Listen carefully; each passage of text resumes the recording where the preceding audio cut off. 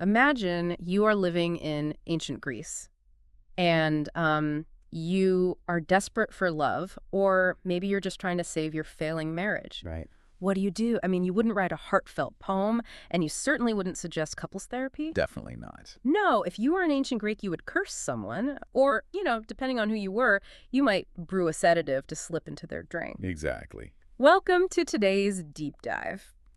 Our mission today is to unpack the truly fascinating, often disturbing, and frankly revelatory findings of Christopher A. Faraone's book, Ancient Greek Love Magic. It's a wild ride. It really is, because this isn't about romantic myths or pristine marble statues.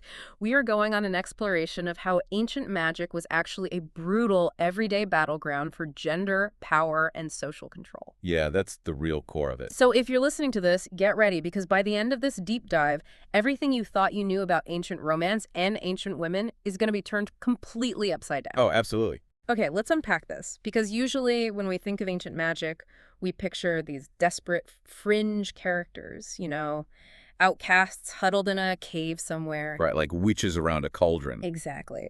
But this book proves that love magic was a completely accepted everyday practice. It was. It was deeply embedded in the very fabric of Greek religion and just the mundane reality of their daily lives. Yeah. We aren't just talking about a few obscure references in poetry here. No, we have actual physical proof. So much proof. We have a massive wealth of physical evidence. We're talking papyrus scrolls, engraved gemstones, lead curse tablets, and even actual clay voodoo dolls. Wow. Yeah. And Faraone, who was a brilliant classics professor at the University of Chicago, he looks at this overwhelming pile of evidence and recognizes that it isn't just random, chaotic superstition. Right. It's a highly structured logical system. His central thesis is that if you want to understand how these spells worked, you have to look at gender. Gender is the key. Exactly. Magic in ancient Greece wasn't about a helpless, fluttery infatuation.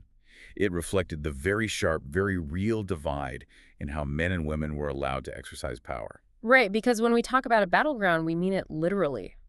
If I'm trying to understand how magic functioned as a tool of power, I have to look at the primary weapon used by those who actually held the most social and legal authority. Which would be the men. The men. Yeah. Yeah. And that introduces us to the first major category of love magic, which Faraone terms Eros magic. To wrap your head around Eros magic, you first have to completely discard our modern, romanticized notion of love. So no rom-coms here. None at all. The ancient Greek medical and psychological establishment didn't view erotic desire as a beautiful, warm feeling that completes you. They viewed it as a literal disease. The disease. Or, even worse, a hostile attack by a god like Eros or Aphrodite. It was an affliction that caused physical suffering. We're talking fever, wasting away, madness. So, if love is fundamentally understood as a disease, then giving someone that disease on purpose isn't romance. I mean, it's basically biological warfare. That's a great way to put it. The logic of the spells follows that exact premise. Eros magic was essentially a curse. It was designed to inflict that burning, torturous sickness on a victim. And who is the usual victim? The typical target of these spells were young, unmarried women whose sexuality and movements were strictly controlled by the male head of the household, so usually their fathers. Right. The explicit goal of these spells was to literally drive the woman from her family's home and force her into the arms of the man casting the spell. Faraone refers to these as agouge spells. Agouge. Yeah, it's a Greek word that translates directly to leading or driving spells. Okay, I want to ground this in everyday reality for the listener. How did this actually work logistically? Like, if an ancient Greek guy wanted to cast an agouge spell, did he just go down to the local mystical marketplace and buy a curse? Not exactly. He would likely hire a professional known as a magos. A magos. Yeah, and these professionals operated a very lucrative underground economy. The client would pay the mogos to inscribe the spell onto a thin sheet of lead. Why lead? Lead was considered cold, heavy, and it was cheap. Then, they wouldn't just leave it anywhere. They would take these tablets to a graveyard in the dead of night. Of course they did. And they'd bury them in the graves of people who had died violently or prematurely. Wait, really? Why prematurely? The belief was that the restless, angry souls of the dead were the perfect supernatural couriers to carry these violent curses up from the underworld and deliver them to the victim. That is terrifying. I have to share a specific example from the book because it illustrates perfectly how brutal the language of these curses was. Oh, the burning myrrh one. Yes, the spell of burning myrrh. The man casting it instructs a demon to bypass the woman's eyes and enter her soul to, quote, burn her guts, her breast, her liver, her breath, her bones, her marrow, until she comes to me, end quote. It's intense. I mean, her marrow. Wait, why does the spell specifically tell the demon to bypass her eyes? That feels like a very weird biological detail to include. It does sound weird to us, but it reveals the ancient Greek scientific theory of vision and emotion. They believed that the eyes were essentially porous windows to the soul. Okay. According to ancient theories of vision, the eyes either emitted physical beams or received them. Eros, the god, was thought to literally shoot his arrows of desire directly through the victim's eyes. Oh, wow. Yeah, and it would travel down into the internal organs to cause the fever of love. So the spellcaster is hacking that biological system. He's like bypassing the firewall. Exactly. He's commanding the demon to use the body's natural intake valve, the eyes, to get inside and set her internal organs on fire. Wait, so this is less like Cupid's arrow and more like a supernatural hostage situation? It really is. And the physical archaeology confirms that hostage dynamic in the most chilling way. Housed currently in the Louvre is a famous ancient clay effigy, what we would colloquially call a voodoo doll. I've seen pictures of this. It's so unsettling. It depicts a woman, naked, kneeling, with her arms bound tightly behind her back, and she is pierced with 13 heavy needles. 13. One in her head, one in her mouth, her eyes, her hands, her reproductive organs. The person who commissioned this wasn't expressing devotion. No, clearly not. It was an act of brutal compulsion, designed to break a human being's will by simulated physical force. Which makes me ask, what is the actual emotion driving this? If a guy is going to the trouble of paying imagos, creeping into a graveyard at midnight, piercing a doll with 13 needles, and calling on demons to literally incinerate a woman's liver, was he just incredibly heartbroken? That's what people used to think. Is this the ancient equivalent of listening to sad breakup songs and lashing out in grief? Right. Many modern scholars initially made that exact assumption. They thought this was a therapeutic, psychological outlet for a lovesick, helpless young man who had no other recourse. But that's not what Faraone found. No, Faraone argues something much darker and far more systemic. He points out that the language in these spells is often totally dispassionate. It's almost bureaucratic. Wow. This wasn't about heartbreak at all. It was a calculated, instrumental attempt to bypass social obstacles. Meaning it was a practical tool. Yes. Imagine a man wants to marry a woman, but her wealthy father disapproves of the match. Or perhaps she's already betrothed to a rival family. Or maybe she just rejected him. Right, maybe she haughtily rejected him in public. Yeah. He uses Eros magic to force the issue. He wants to gain sexual access and thereby force a marriage or a social victory. Oh, I see. Faraone calls this the psychological archetype of the erotic magician. This archetype exhibits instrumental rationality. The caster trains a human being merely as a goal to be achieved, completely disregarding her autonomy or well-being. And society just accepted this. I mean, you could just supernaturally torture the neighbor's daughter and everyone thought that was fine. Well, it was heavily normalized through their most sacred cultural stories. Think about the Greek mythology everyone in that society grew up hearing. Like the gods doing terrible things. Exactly. We have the myth of Jason and Medea. Jason didn't woo Medea with charm. He used a magic device called the eunx. The eunx. Yeah, this is a wheel with a wryneck bird tied to it. When spun frantically, it was believed to induce maddening, uncontrollable lust.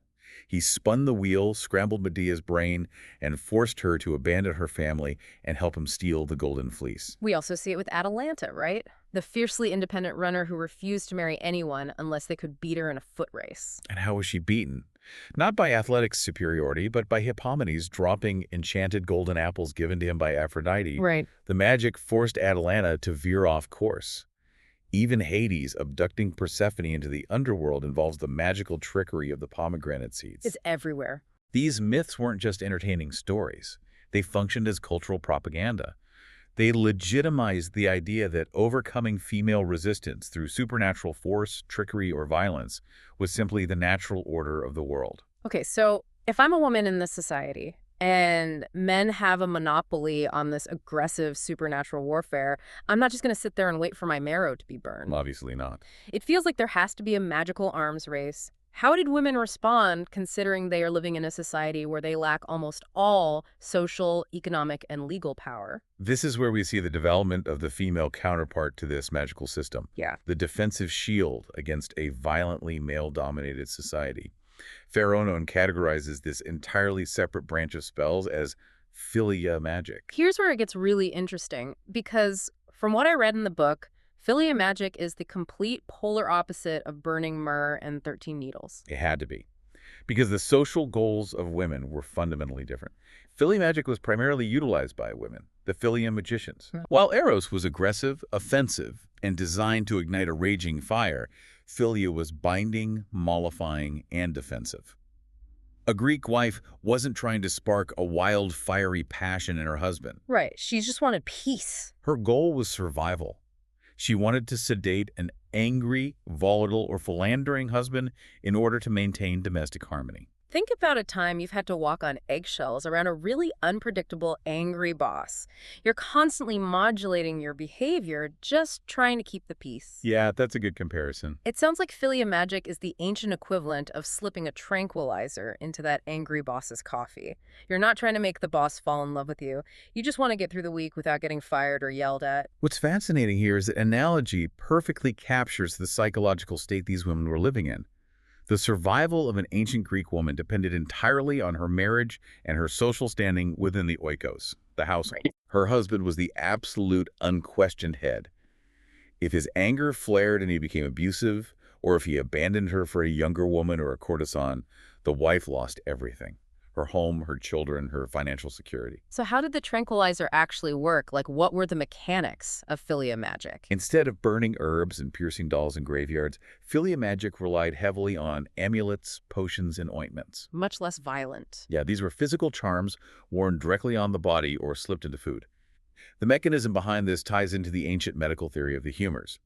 Men were biologically categorized as hot and dry. Hot and dry, meaning angry. Exactly. Prone to fiery rages and wandering lust. Women were categorized as cold and wet. So philia magic utilized cooling herbs, knotted cords, and binding spells to literally cool down the hot male humors, binding his wandering eye and dampening his rage. And there's a mythological precedent for this too, right? Aphrodite's belt. Yes, the kestos hemus. It was an intricately embroidered girdle worn by Aphrodite. When she wore it, it radiated an aura of affection, harmony, and persuasion. So it wasn't about conquest. No, it wasn't about violent conquest at all. It was about smoothing over conflicts and ensuring fidelity.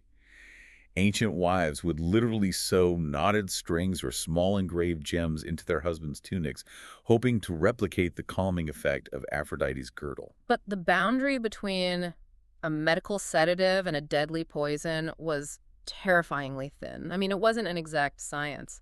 I'm thinking of the tragedy of Deianira, which Faraone highlights. That story really stuck with me. The myth of Deianira is the ultimate, heartbreaking cautionary tale of philia magic. Deianira was the wife of the great hero Heracles. And Heracles was not a great husband. No, he was notorious for his philandering and his violent outbursts. He's the absolute archetype of the dangerous husband. Right. Years prior, a centaur named Nessus had tried to assault Deianira.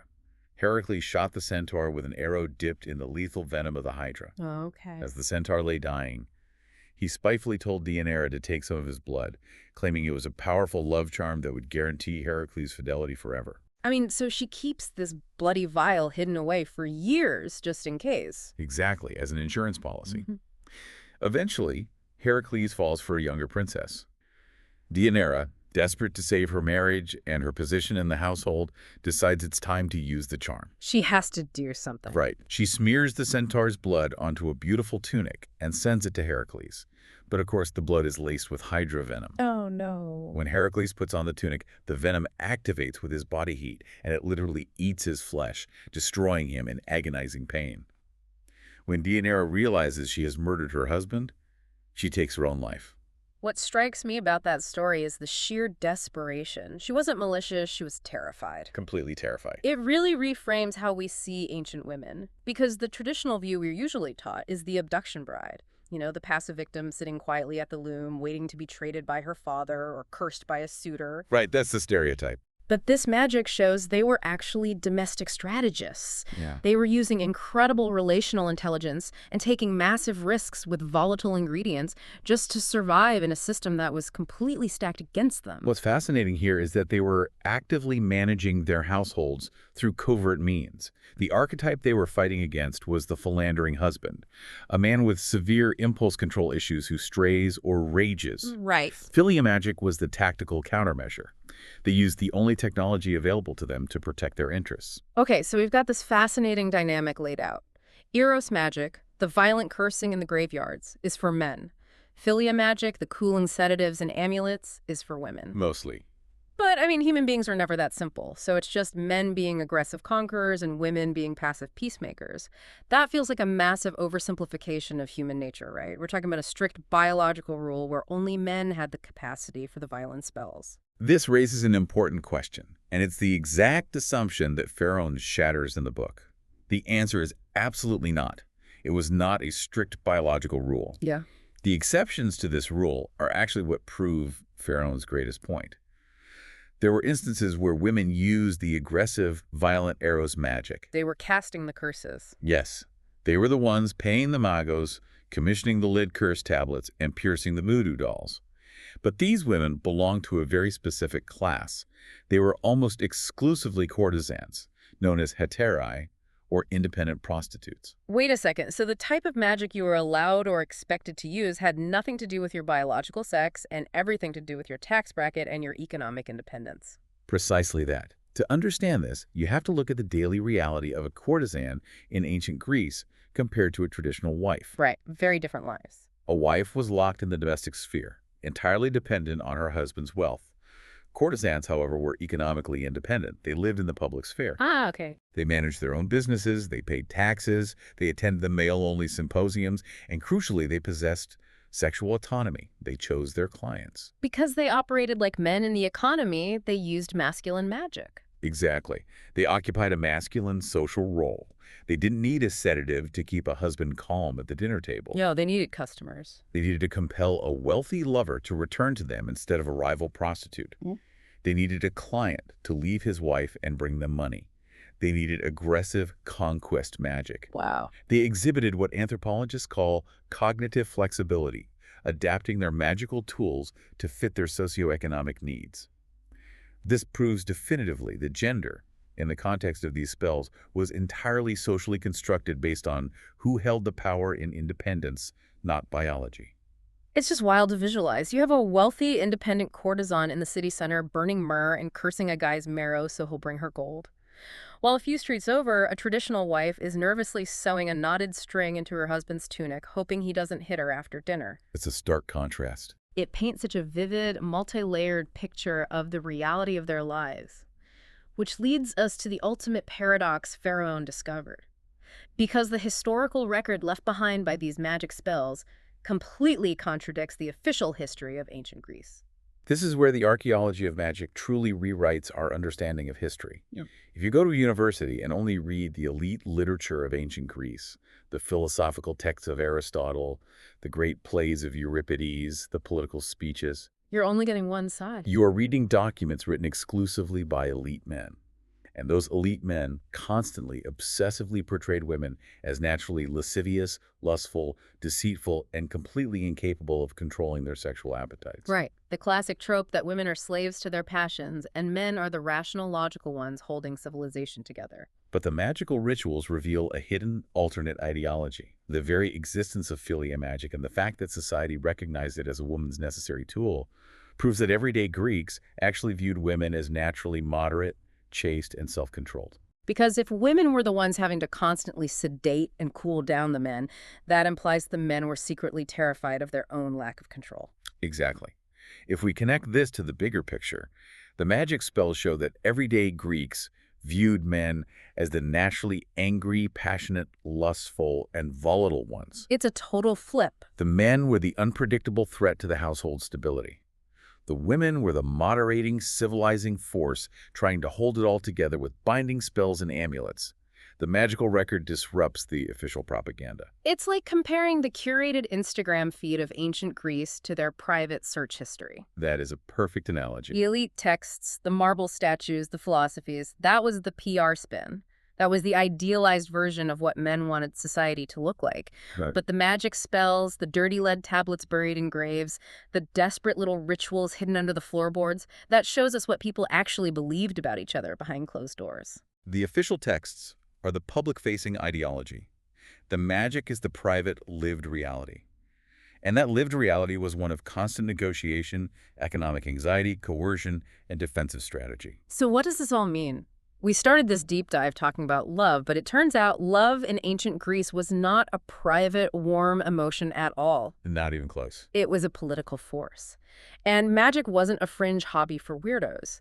It was an integral, accepted tool for social control. It reveals these stark, uncomfortable realities about agency, victimhood, and who gets to wield power.